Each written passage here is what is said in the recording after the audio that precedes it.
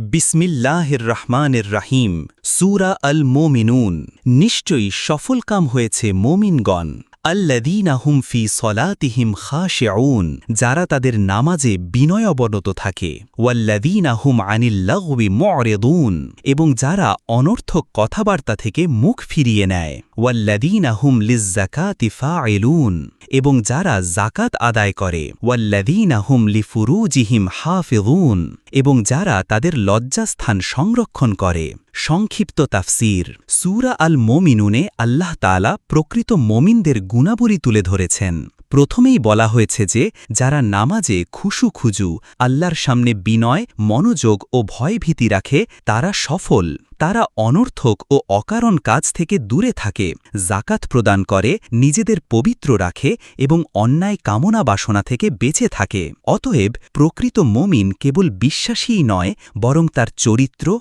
নামাজ, দানশীলতা ও জীবনধারার প্রতিটি দিকেই আল্লাহর আনুগত্য প্রতিফলিত হয়। একটি গুরুত্বপূর্ণ ঘটনা। এই সূরার একটি বিশেষ ঘটনা হল ওমর ইবনে খাত্তাব রাদিয়াল্লাহু আনহুর কাহিনী। একদিন তিনি সূরা আল মুমিনুনের প্রথম 10টি আয়াত শুনলেন। এগুলিতে মুমিনদের গুণাবলী বর্ণিত হয়েছে। শুনে তিনি গভীরভাবে চিন্তা করলেন এবং বললেন, যদি কারোর মধ্যে এ গুণগুলো পাওয়া যায় তবে সে সত্যিই সফল। রাসূলুল্লাহ সাল্লাল্লাহু আলাইহি ওয়াসাল্লামও বলেছেন, যে ব্যক্তি সূরা আল মুমিনুনের প্রথম 10টি আয়াতের নির্দেশ মেনে চলবে তার জন্য জান্নাত অবধারিত। সাহিহ মুসলিম।